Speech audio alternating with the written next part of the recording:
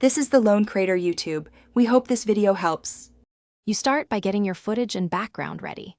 Import both files into VN, then create a new project with the same frame rate so clips sync. Place the background layer on track 1 and put your green screen clip on the track above it. Once done, trim the green screen clip to the desired and slash out points and scrub to check that the subject stays within the frame. Make sure the green is uniform and that clothing or props don't match the background color. Next, you apply VN's chroma key effect to remove the green. Select the green screen clip, open Effects, and choose Chroma Key. Use the eyedropper to sample the green precisely. Then adjust tolerance so the green disappears without cutting into the subject.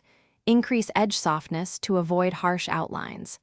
Use choke or alpha tools to tighten the matte if you see green fringes, and enable spill suppression to neutralize green color bleeding onto hair or reflective surfaces.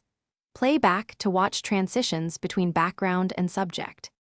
Finally, you polish the composite so it looks natural. Match color and exposure between subject and background using color correction tools. Make small contrast and white balance tweaks so lighting reads consistently. If leftover edges or artifacts remain, create a simple mask or rotoscope to isolate problem areas and add slight blur or film grain to both layers to blend them. Export a short test clip to verify. If you still see ghosting or green spill, recheck your lighting, reshoot with a cleaner backdrop, or tighten the key settings. Thanks for watching. Consider subscribing if we helped you.